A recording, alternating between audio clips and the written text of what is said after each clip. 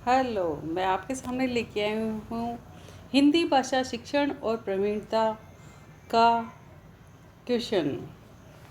लेखन कौशल के विकास के लिए अध्यापक कौन कौन सी गतिविधियाँ आयोजित कर सकता है? का आंसर है लेखन कौशल के विकास के लिए अध्यापक निम्नांकित गतिविधियाँ कर सकता है।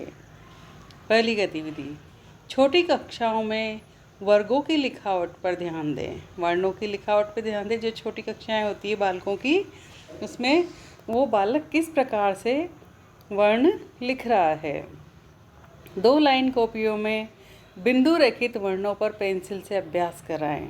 आपने देखा होगा नर्सरी क्लास के बच्चे, पहली क्लास के बच्चे, उनके क्या होता है, बिंदु रेखित वर्ण बने होते हैं। फिर उन बिंदुओं को उनको आपस में मिलाना होता है पेंसिल से, है ना। तो इस तरह का अभ्यास बच्चों को कराएं तथा आवश्यक संशोधन करवाएं। इन्हीं कॉपियों में वर्णों के अभ्यास के बाद छोटे छोटे वाक्यों को अध्यापक एक लाइन में स्वयं जमा कर लिखें।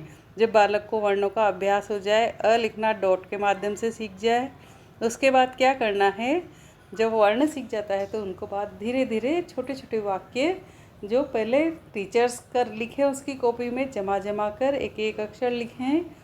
उसके बाद बालक से लिखने के लिए कहे। तत्पश्चात बालकों को पूरे पृष्ठ पर लिखने के लिए गृह कार्य दें और अगले दिन ध्यानपूर्वक एक एक कॉपी की स्वयं जांच करें, है ना।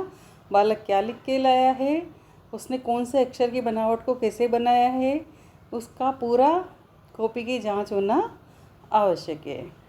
पॉइंट नंबर 2, छोटे छोटे प्रश्नों के उत्तर लिखने का अभ्यास कराया जाए, है ना। बहुत छोटे प्रश्न, जैसे तुम्हारे कितने कान है, तो बालक लिखेगा 2 कान है ना। तो ये छोटे छोटे प्रश्न और उत्तर बालक से लिखवाए जाए, जिससे उसका अभ्यास बनेगा छोटी कक्षा में। पॉइंट नंबर 3, कक्षा 3 के बाद सुलेख का अभ्यास कराया जाए। प्रत्येक बच्चे की सुलेख कॉपी में अध्यापक स्वयं एक वाक्य लिखे, तत्पश्चात ही बच्चों से लिखने को कहें, है ना। सुलेख होता है यानी कि कलम दवात के माध्यम से लिखना। उसमें एक लाइन लिखी होती है, ऊपर शिक्षाप्रद लाइन होती है ना। शिक्षाप्रद वाक्य होता है पूरा। फिर उस वाक्य को लिखने के लिए बालकों से कहा जाता है कि इस वाक्य के देख इसके नीचे वाक्य लिखते चले जाएं, ठीक है ना। और पूरा पृष्ठ इसी वाक्य से भरें, ठीक है।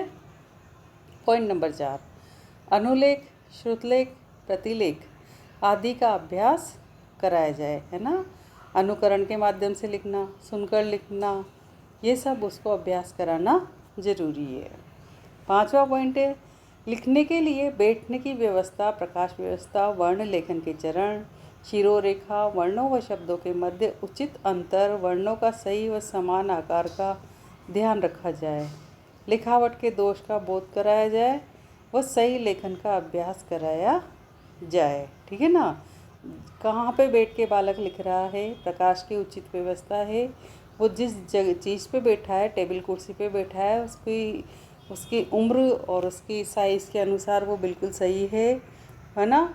उसका पूरा फोकस उस पर है और उसके वर्ण लेखन के चरण वो काम में ले रहा है, शिरोरेखा बांध रहा है नहीं बांध रहा है, और वर्ण और शब्दों के मध्य जो गैप बनाना चाहिए था वो कितना बन रहा है, शब्दों का आकार समान बना हुआ है, कोई बड़ा कोई छोटा तो नहीं लिख दिया है। लिखावट के दोष का बोध कराया जाए, बालक को बताते जाएं कि भाई इस तरह से नहीं, इस तरीके से लिखना है। वही सही लेखन का अभ्यास बालक को कराया जाए। पॉइंट नंबर 6, अध्यापक लिखने के कौशल का अभ्यास कराने से पूर्व शाम पट पर लिखकर उसका अभ्यास बच्चों से कराएं, है ना। क्या करें, अध्यापक लिखने के कौशल का अभ्यास कराने से पूर्व शाम पट पर लिखकर उसका अभ्यास बच्चों से कराएं, ठीक है। आपको ये क्वेश्चन समझ में आया होगा। अन्य क्वेश्चन लेके आपके सामने फिर आऊँगी। तब तक के लिए हमारे चैनल को लाइक शेयर सब्सक्राइब करें। जय हिंद, जय भारत।